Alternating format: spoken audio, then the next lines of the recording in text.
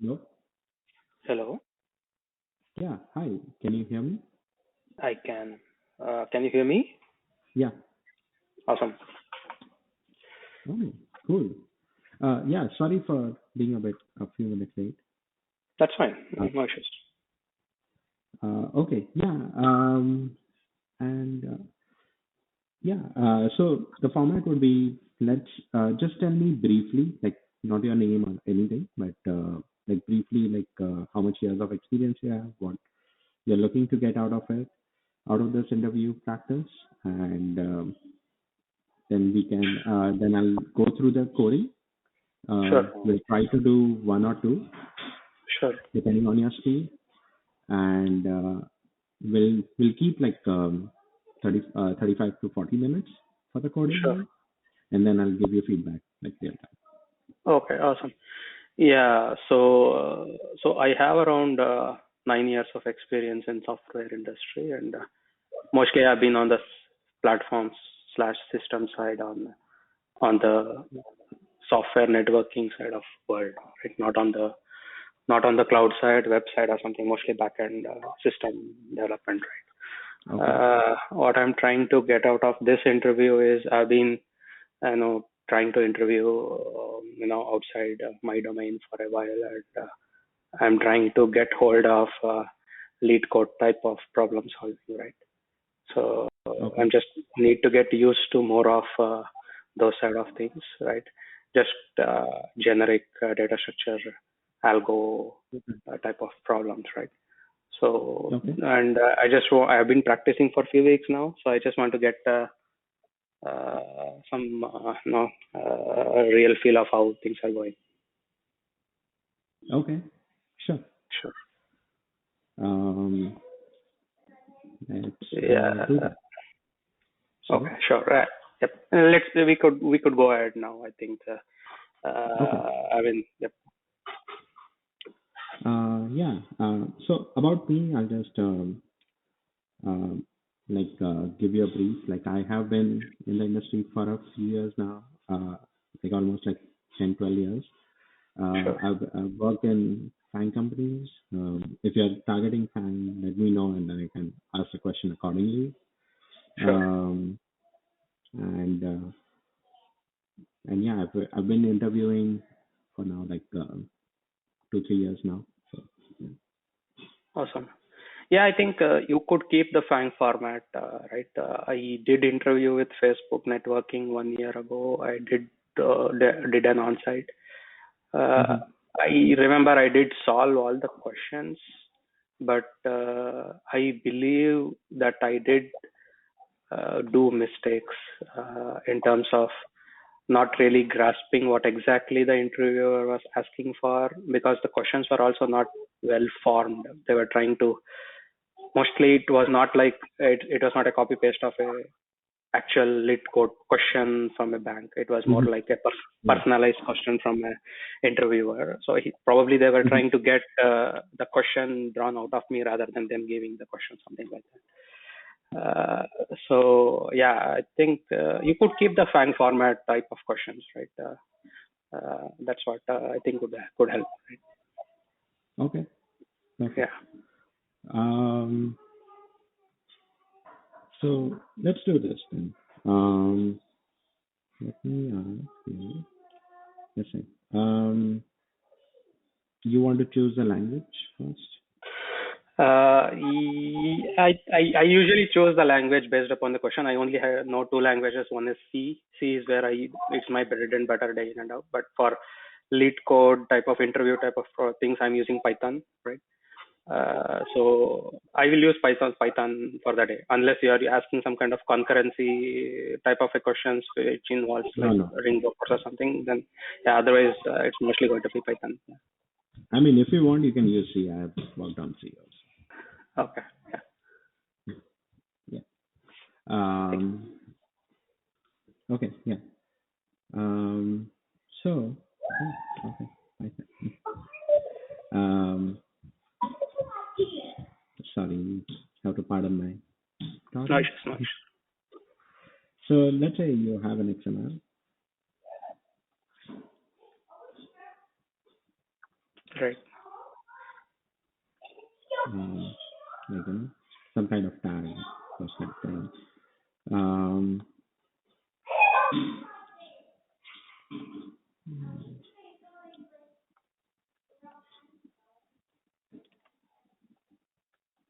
I think this is the biggest issue.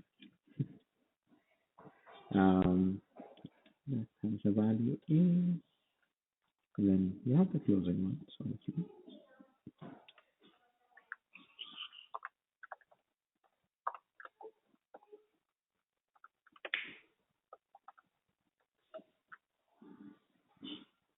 um, let me just not say a, some value y. Um, so my first question is around like how would you design this? Like if you had to, like, what class would you take? How would you keep the values and those kind of things? Um, XML has attributes and other things, but for simplification, let's just keep this only. So is the problem trying to extract the value and store it specifically or So something like if you that? had to store this, if you had to store this format in Mhm. any way you want, how would you do Right. that? Except Okay. string. So right. So it is. There are few ways of looking at it, right? Mm-hmm. In case if uh, we are trying to take a key to value type of an approach to get something, and if the key is something going to be something like a dot b dot c, right? And if they want like a key out of it, right, which is y, right? Then I believe we could use like a try type of a data structure, right? Because the structure of Mm-hmm. the data is recursive, I believe, right? Mm-hmm. Right.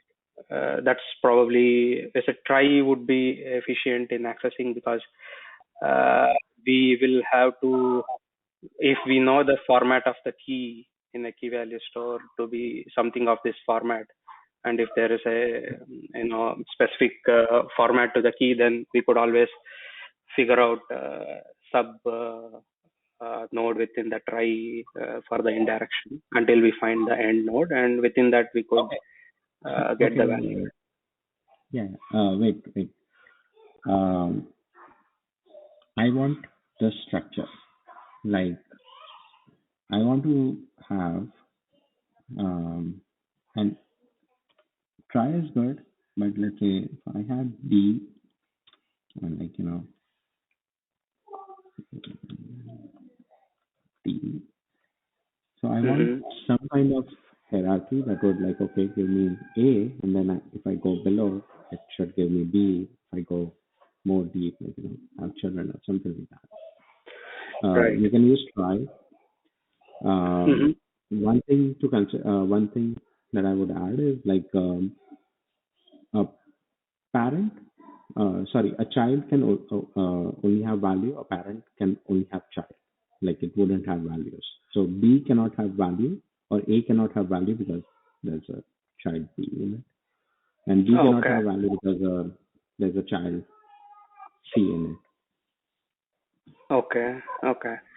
So in case if A has a child, it it. is either going to be another hierarchy or it is going to be a value. Yeah. Okay. So then we should be able to differentiate whether the child is a another indirection or whether it is a Hmm. value, Yeah. right? So that we could parse it further or not, right? Hmm. Something like that. So yeah, so I believe we could still do that with One a more thing. try. Sorry, and one more thing. While you're solving it, I'll add more and more things to make it easier and make you go in that direction. So don't worry. Okay. So Yeah, right. yeah, go ahead. Yeah. So is that the approach require where what we want to get out of it is that we want to be able to do like a iteration of this and store it in some data structure such that we could do a lookup based upon a key, or exactly? I mean, you are trying to keep that one open, right? So I don't care how they are gonna use it. I'm gonna give them, like, I'm giving this XML and I'm gonna extract this into an object layer. Now, Mm-hmm. how does that object look? How does that class look? That's what I want. Okay, I understood. Yeah. So we need to be able to differentiate. Let's say we have an just trying to design it. Still, I'm not trying to code it. Yeah, sure. We have an anyways, you're not able to, you wouldn't be able to code it. I just want different designs that you can think of, like sure. whether it should be hierarchy, whether it should be flat, or those kinds of things. Right. So yeah, I think I mean there is a way where we could look at it in the form of a we could it's for example A here as B as an object underneath that, right? And and B is terminated, and followed by that we have D. So A has more than one child, right? And we could, in reality, we could just list them together. It doesn't really need to be I mean, we could key it, right? We could we could have like a hash table underneath A, or we could just have like a list of children under A, right? So that kind of gives a linear view to the data structure as well.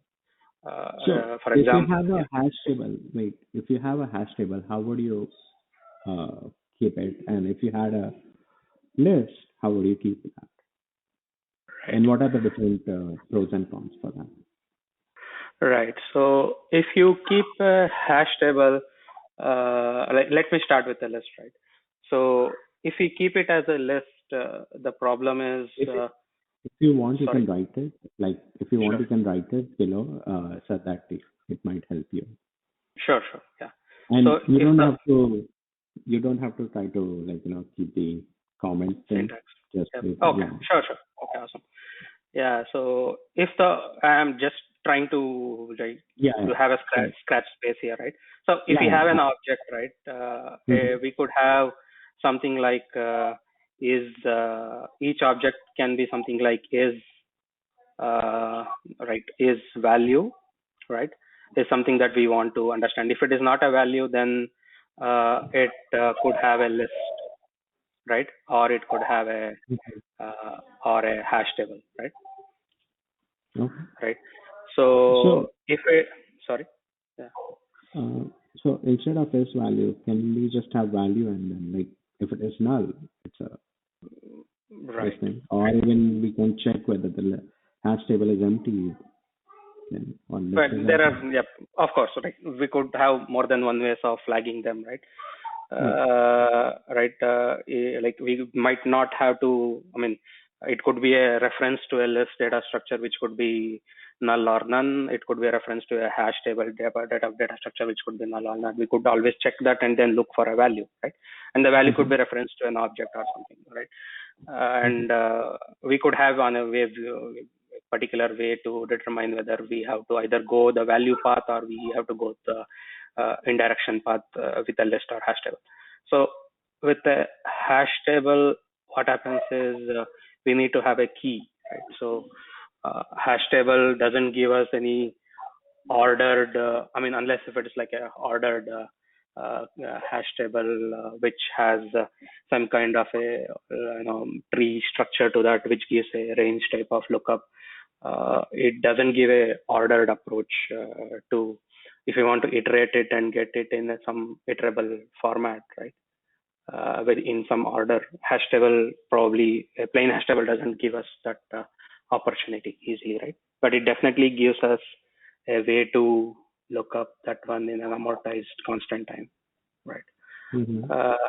And once we look up that one, we could jump into the next frame of the same next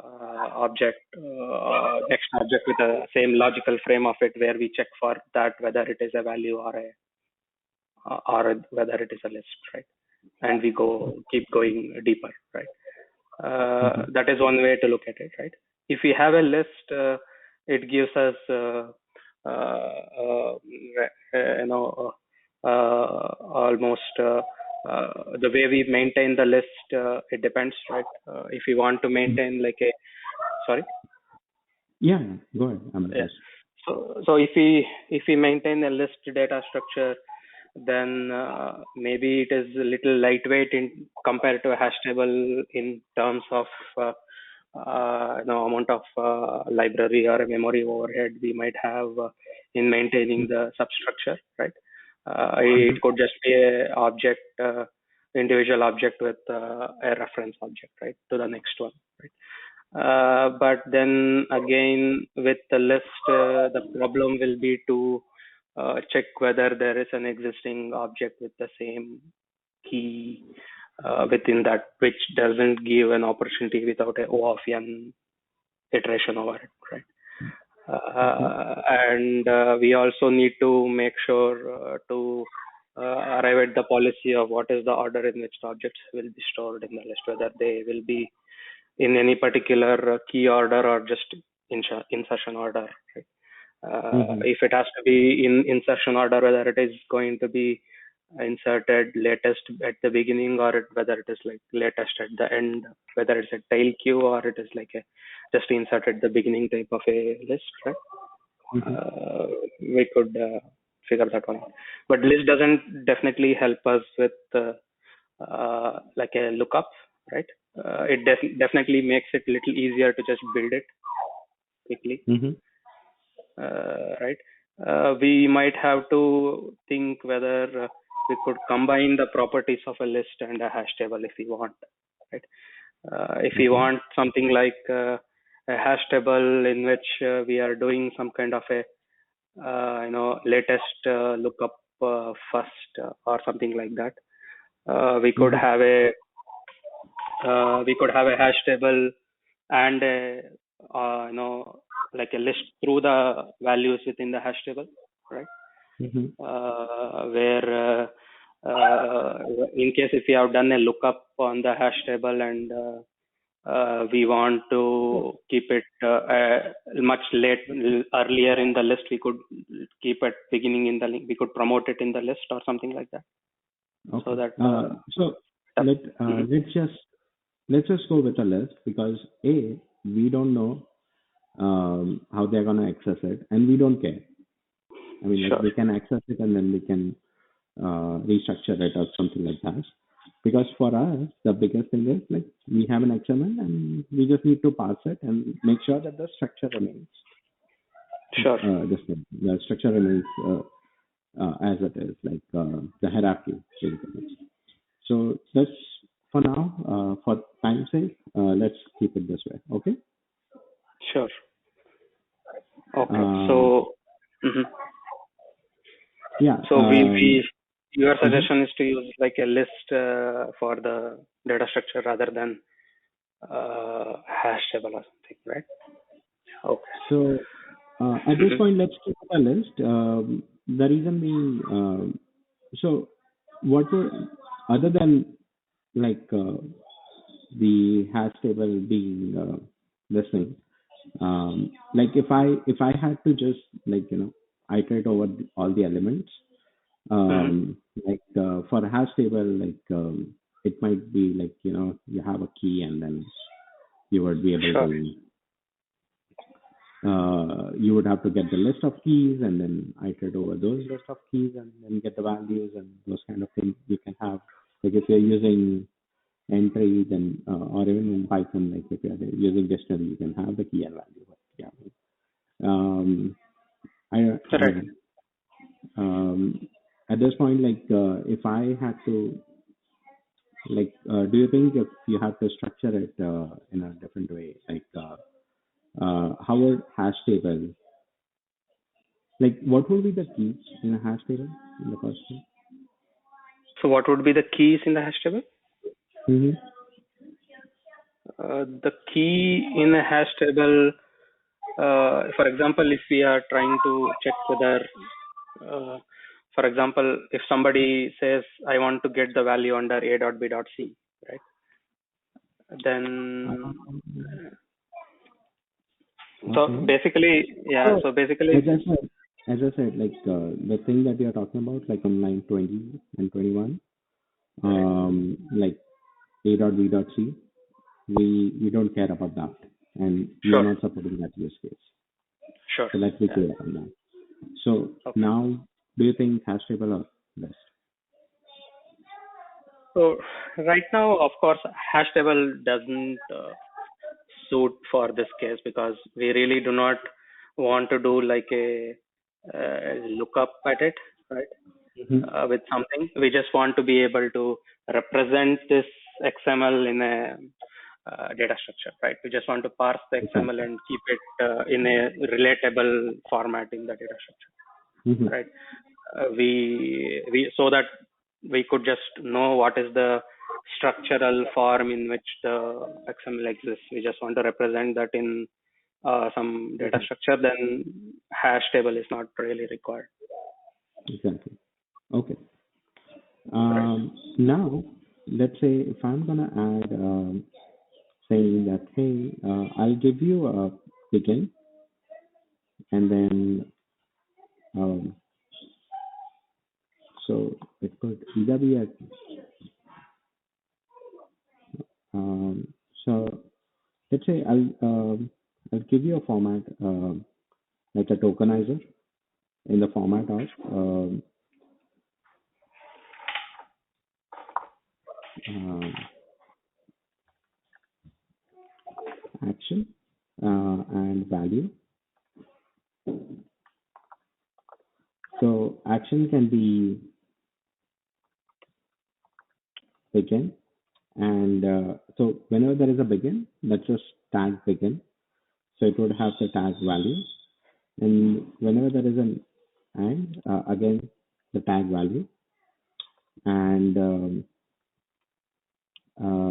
and then the other one is like value. So you can have like in this case y is one of the values. I'm just saying value. So normally the if it is a child one, then you would have this kind of format like C, um, and if it is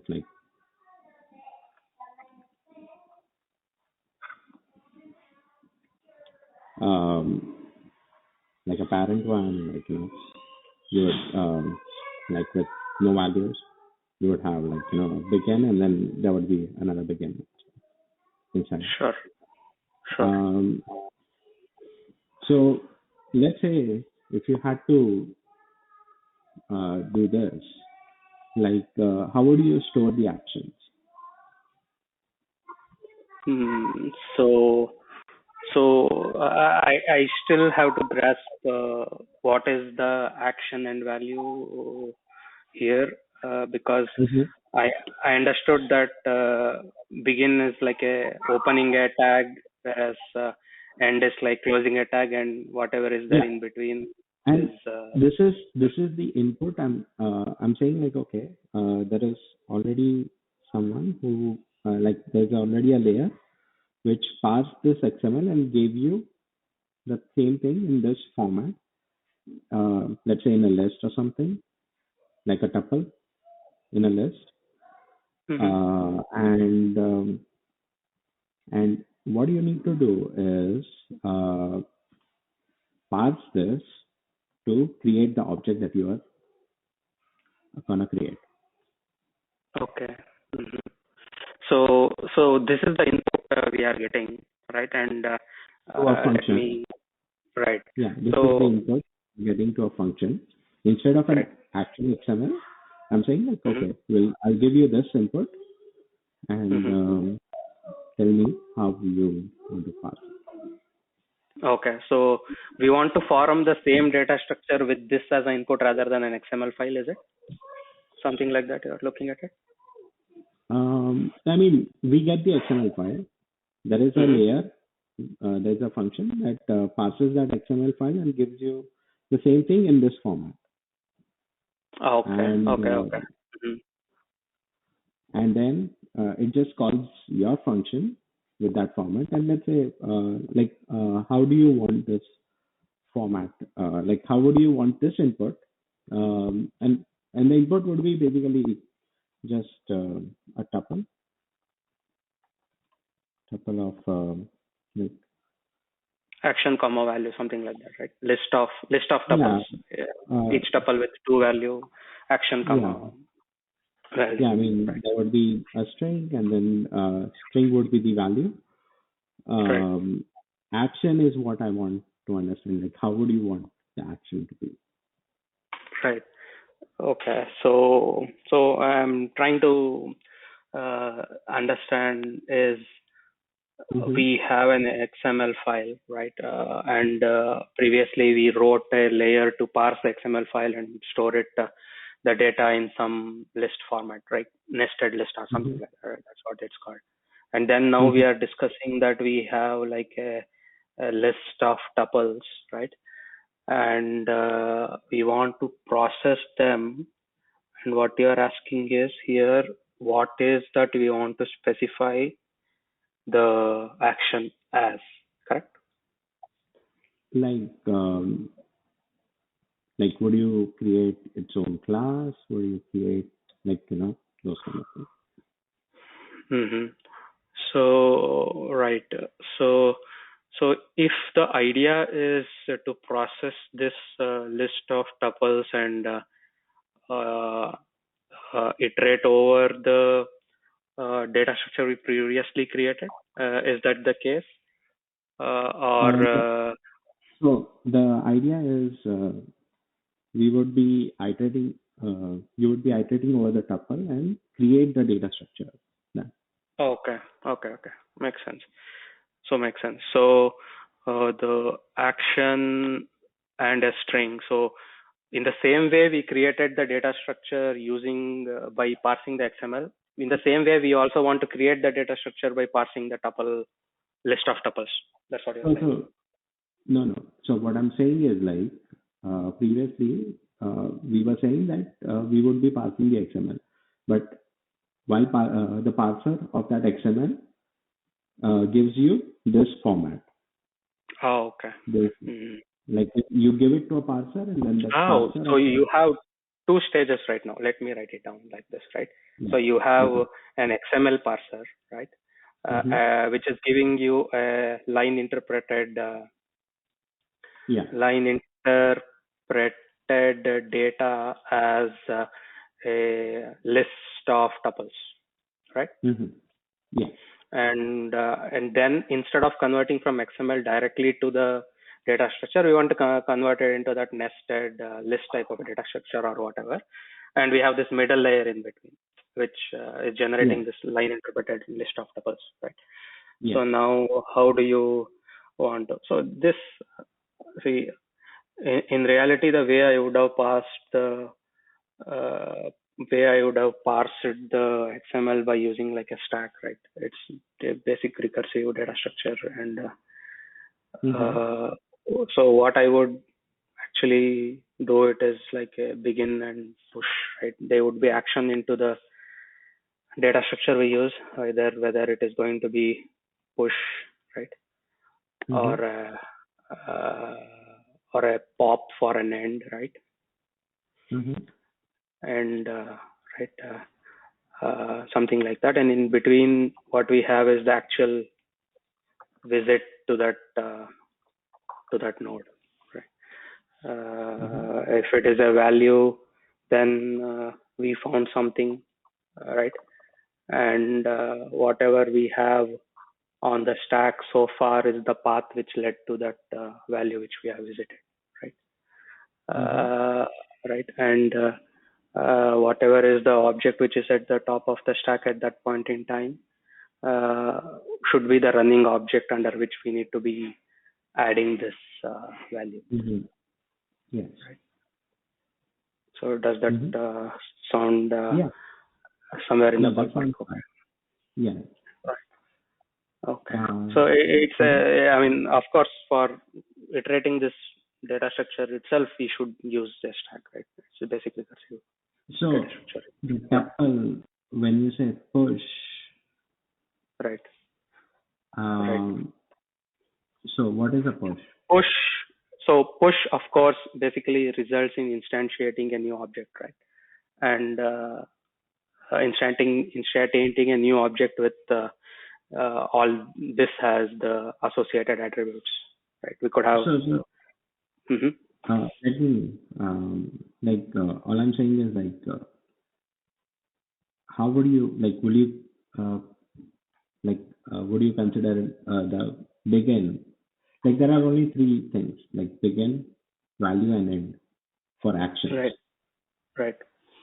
Will you keep them as string or will you keep them something else? Okay. Will you keep them as a string or will you keep them as yeah? So I mean they are actually tri-valued, which you just spoke, right? So there, as we spoke, it is going to be. We could just break it down to something like zero. I mean, if you just want making the system as robust and as least Mm-hmm. data intensive as possible, we could just have an integer which indicates what is the action, and logical mapping of that value could be a push or a pop in our source code, right? So it Yeah, could I, be I understand that. All I'm right. saying is when I say represent, all I mean is a data type. What data type would Oh, you use? okay. So what is the data type would you use, right? Mm-hmm. Okay. So, I mean, I'm coming from the system world, so sorry if I have not interpreted the data type Yeah. of this, right? So it could Mm-hmm. be as simple as a string itself, right? And Yeah. or it could be just an integer, or if you're looking at a functional programming kind of a thing, then it could be a function object, which has the logic embedded in it, what means and it takes care of the argument to the Okay. right of it or something like that, right? Okay. Yeah, it is totally implementation dependent on how you want to logically format this whole uh, module, Yeah. right? But how do you, because you're writing the functions, how do you want to do it? Okay, so uh, so if I am just if I am parsing the XML data structure using a stack, and if I want to create this line interpreted list of tuples, right?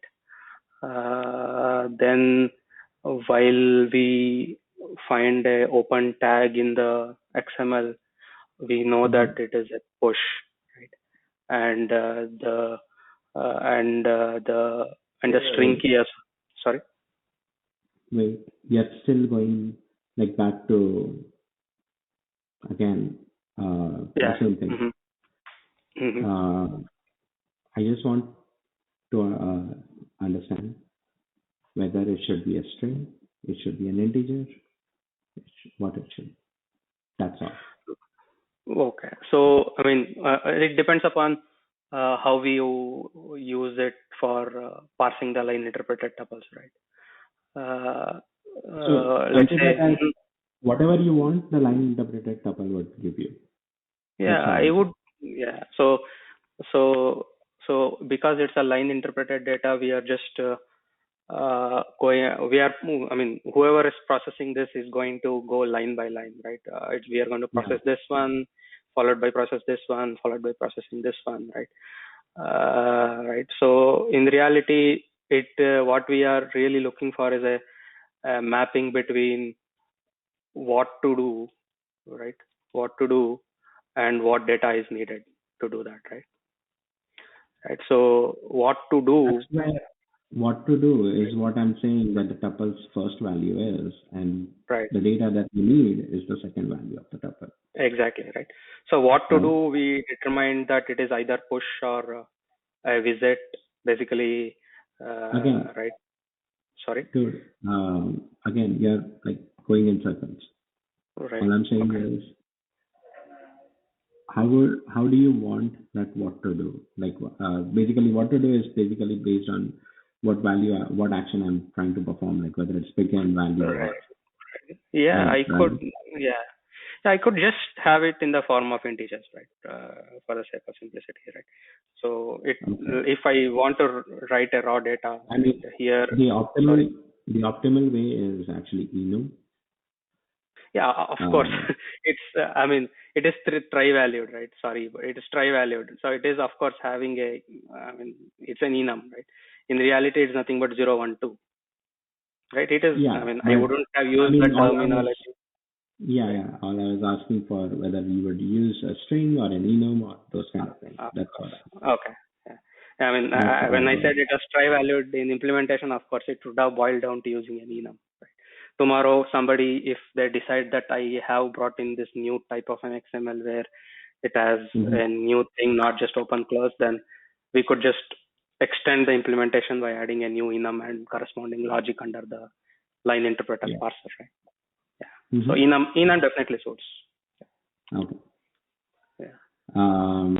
So let's do some coding Sure. quickly. Um, let me actually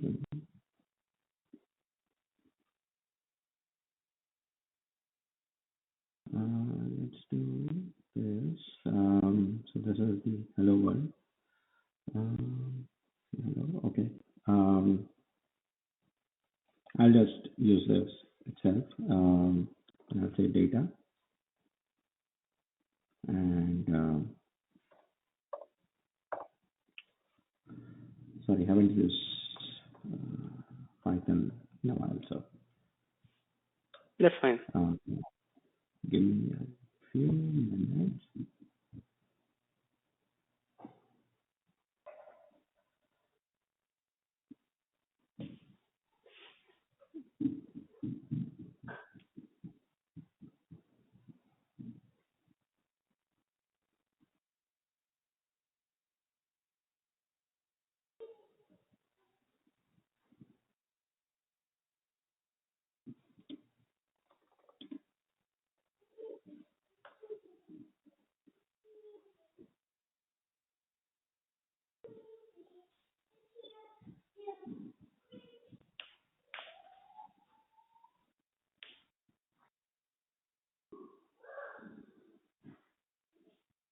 Maybe you could just type it up in English. Maybe I could code it up if you are looking up Python or Okay, something. yeah.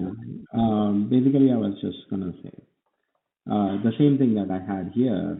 I was gonna just do it like, and then the next one. Actually, yeah.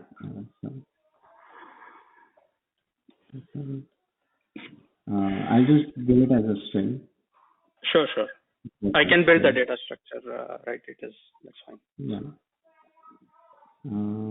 Yeah.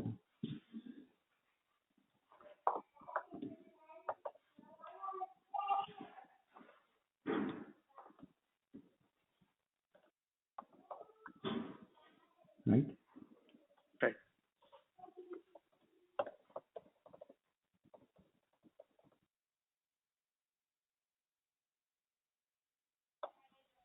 P, C, value, Y,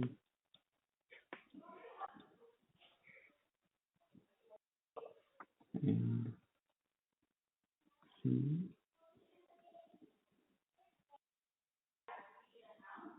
Um, D. Okay. Oh no. Actually,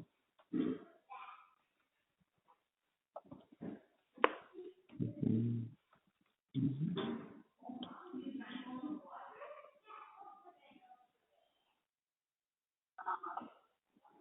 D, D.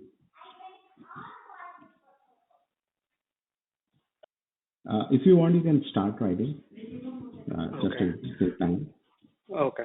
So basically, you're looking for is some way to interpret it, or basically parse this and do the logical action, right? Sorry. You want a function. Mm-hmm. So you want a function to process this list of Yeah. list of So tuples and yeah, I'm just calling say hello itself. Like don't even think about the name and those kind of things. I'm passing this list to say hello and basically let me see this sure, properly. sure, sure. Okay. Yeah. So I can write the code. Let's say you call say hello. I can have a helper function which is like basically parse, right? It takes a Mhm. list, right? I will just call it as data itself, right? I mean, Then so dude, we already have hello. Say hello. I was just thinking you can use that. You don't have to do that. okay, okay. Yeah. So basically, you just want me to implement this function, right? Yeah. And yeah, I could have implemented it inline there, so no issues, right? I could do it here itself, no issues. Mm-hmm. So the idea is we want to be able to uh, uh, we have data. Data is nothing but a list of tuples, and we want to parse it and instantiate the data structure or something like that, right? Mm-hmm. So initially, what we need to be doing is we need to be uh, we need to be able to push it to the stack, whatever data we have, first of all, right? Mm-hmm. And we need to uh, process line by line or each element one at a time, right? So let me think about it like this. So we have a list which has a length, right? And Mm-hmm. then we are going to process it uh, from 0 to len minus 1. We need to process it, right? And Mm-hmm. of course, at any point in time we are processing it, we need to be able to process it with reference to the parent object, right? That's what I think we need to be doing, right? So important thing to do is, of course, the first object is going to be a begin, right? It is implicitly possible, right? So what we could do first is to, let's say the actual object which we create is just called node, right? A is equal to node of data of 0, right? Let's just assume that data of 0 is the tuple that we need to pass to that. We have a node created for the root, right? So let's just call root, right? So Mm-hmm. then what we need to do is on the stack is equal to actually the root object, and we have the data, right? And it begins with at index 1, right? So or what I could do is list stack is empty initially. Stack Mm-hmm. dot append of the root, right? I could just say that it's a tuple now, and I could just have the index from which we need to parse now is Mm-hmm. is 1, right? Then we could have while stack, right?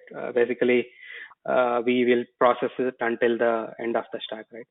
So we have node comma index is equal to stack dot So I pop, right? just have one Sure. question. Hmm. Why not just use for each or something? Why do it this way? So why not use for each in node, right? So So if we the do, so it is kind of see if I am just doing for each, right? Let's say I am mm-hmm. here, we instantiate an object, right? And under that object we need to instantiate another because we decided that it is going to be like a list, right? So Mm-hmm. A needs to have B as a child, right? Yeah, And yeah. C All I'm saying under is like the stack approach is right. hmm That the way you're doing on line 7, I don't right. think you really need that. Okay. And especially What? one that you have on 10, wherein Right. like you're passing the index. Why do you need the index? Why? So yeah, I understood. So what I am trying to do right now is to have like a root node from which everything else is going to be referred off of, right?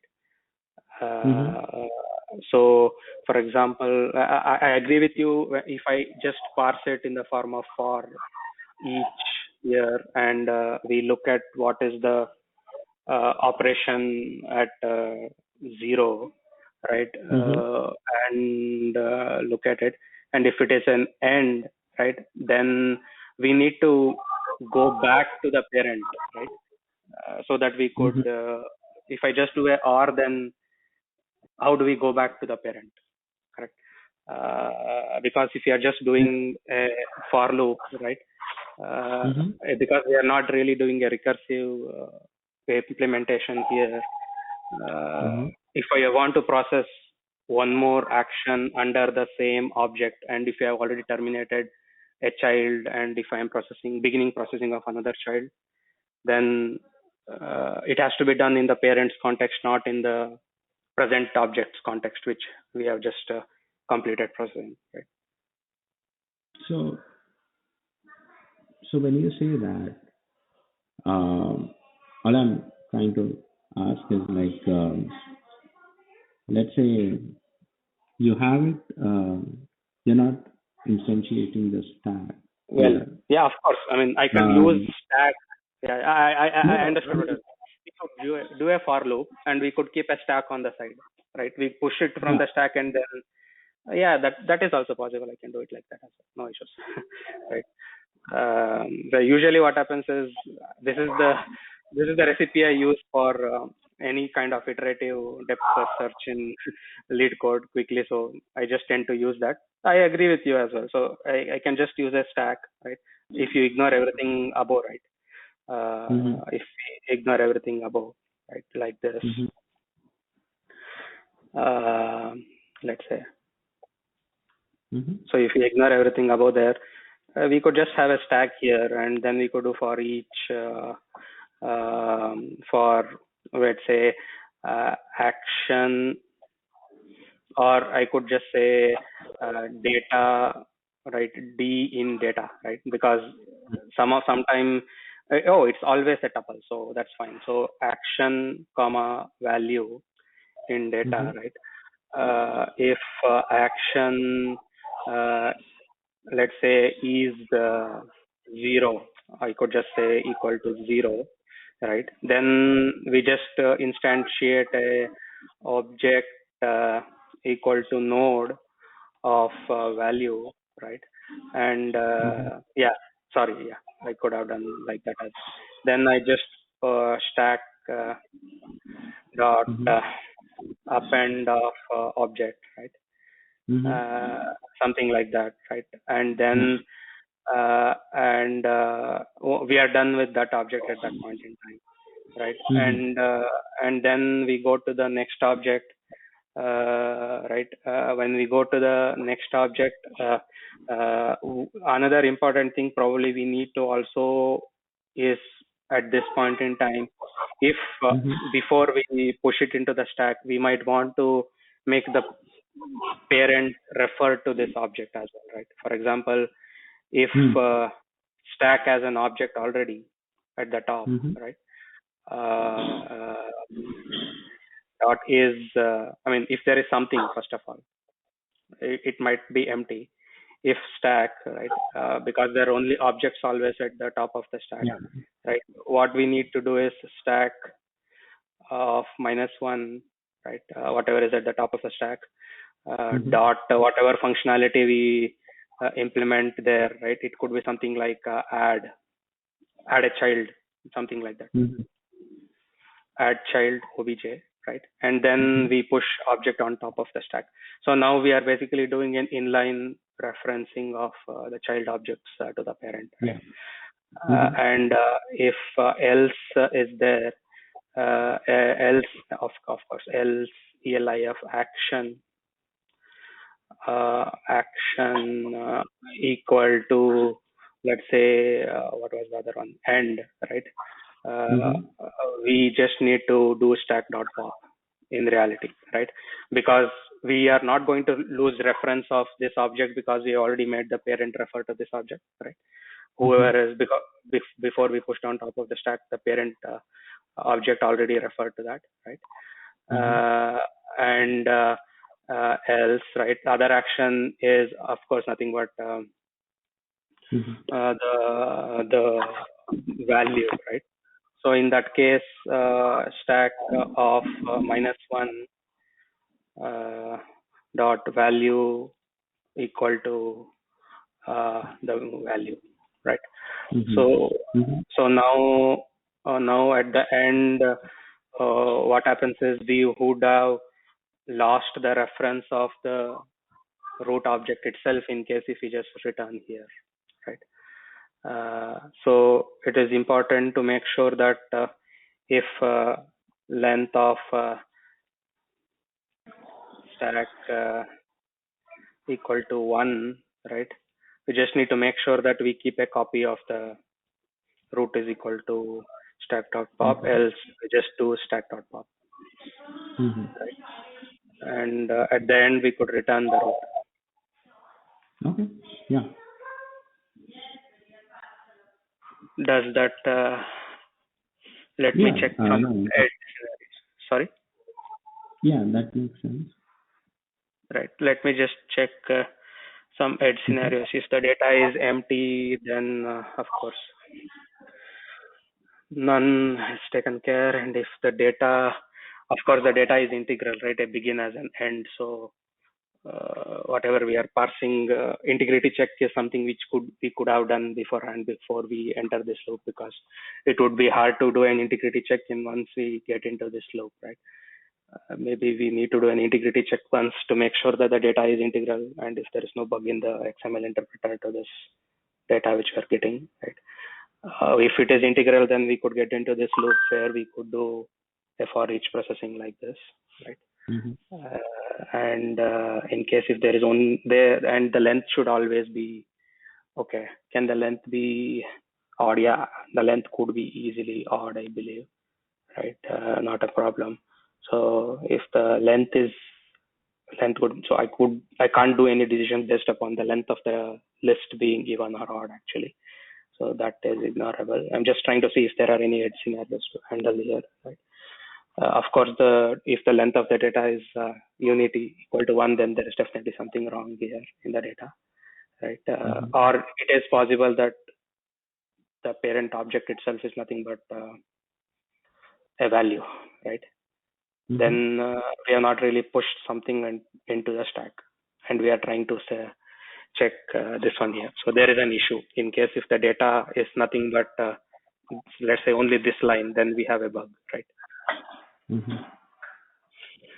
So I think integrity check should have handled it, right? We could do it. It's O of n operation before we enter into this loop. Mm-hmm. Maybe I don't need to handle it here, right? Right. And in case if it is unity, then we just need to instantiate the object outside this loop and return the root. It has the root, right? Mm-hmm. That's what probably I will do. Otherwise, in every other scenarios, I think we should be able to handle this in this manner. Mm-hmm. So a few questions. I know we are going over time.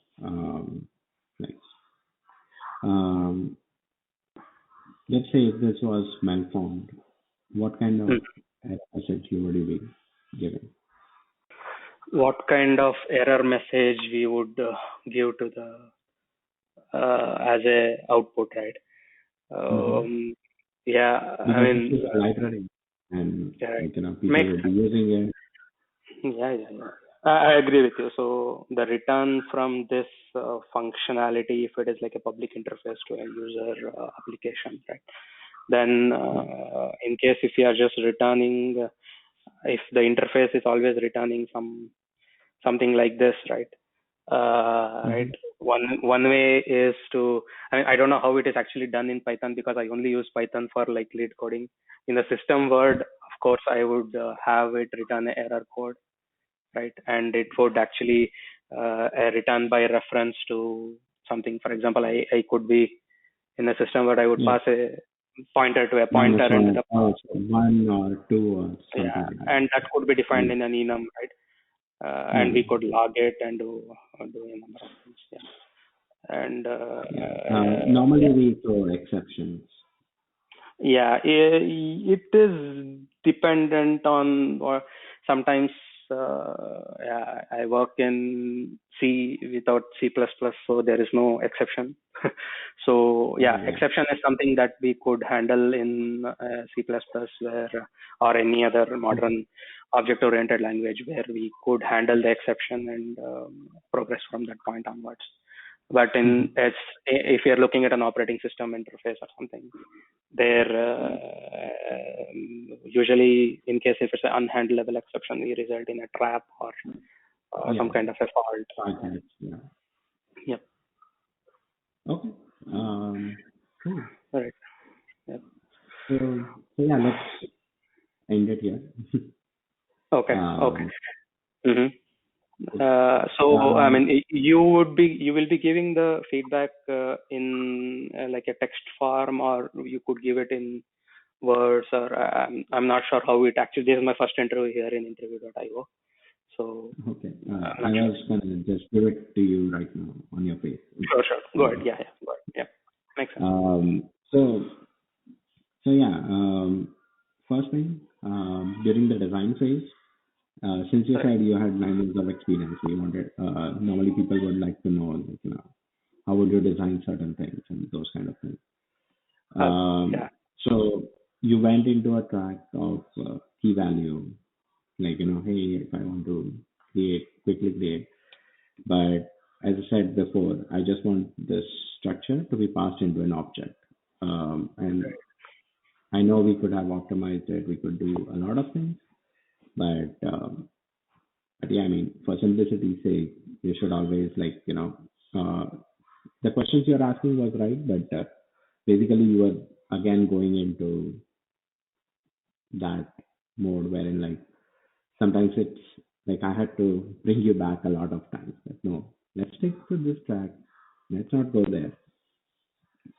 So in real interview, it might be red flags on hmm that you're not listening and you're not trying to focus on the things that is needed.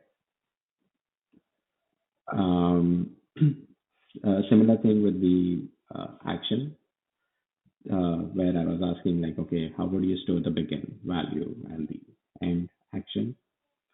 And that's why I said like I just want the data type. Like literally said I wanted data type, but you again were like, what actions we would do and those kind of things. Like I didn't want that. I understood hmm what you wanted to do with them, and that was right.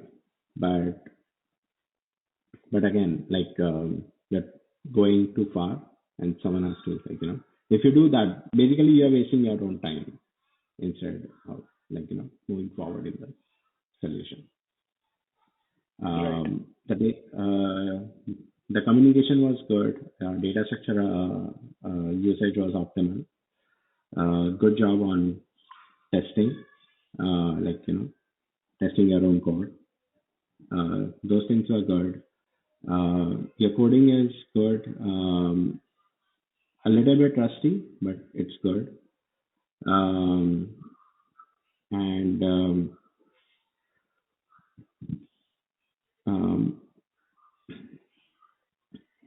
um, yeah, I mean, just try to understand like what are exceptions and those kind of things because those are like would be daily used on some level, and when to use them, when not to use them, and those kind of things. Um, Other than that, like yeah, just try to listen to the interviewer. The first thing is when I gave you that XML, you went directly into like, okay, yeah, we can do it this way, we can do it this way. I would say like try to, if you're not sure, try to ask more questions. That's okay. That's the gathering phase, basically. So you would want to gather information around, like, okay, what is the requirement? What is this thing? Take a minute or so to gather and then formulate so that you get to the optimal solution and what the interviewer is looking for, basically. Right. Yeah, I think sometimes when I find that there are so many ways to interpret it, I try to enumerate all the ways of interpreting it instead of asking them exactly what you want. That's why it goes into the direction of, okay, you want to do a key value lookup or Yeah. type of a thing, or I mean, I knew that of course I would implement at the end action with an enum, but I was thinking, okay, what exactly is this person asking? The reason, I mean, I work in a system world where I look at assembly code and then C code and OS code, and some of these things we implement by hand, and there are only so many ways of doing it. And this Yeah. way of doing, I'm kind of opening up myself to these different ways of doing right now. And when I see that, okay, yeah, I mean, there are only few obvious ways of doing things. Now there are more ways of doing it in an upper layer. I seem to give the list of interpretations of it rather than asking what exactly is the interviewer looking for. Yeah. Don't do that. Like, just ask questions and then it should.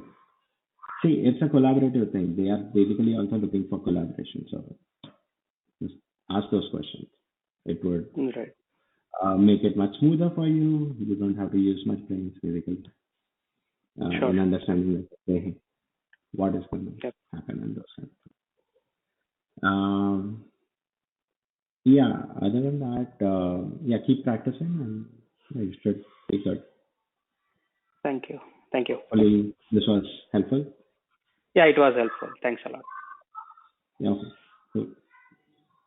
Bye bye. Have a great day. Bye bye. Bye. Yeah, you too.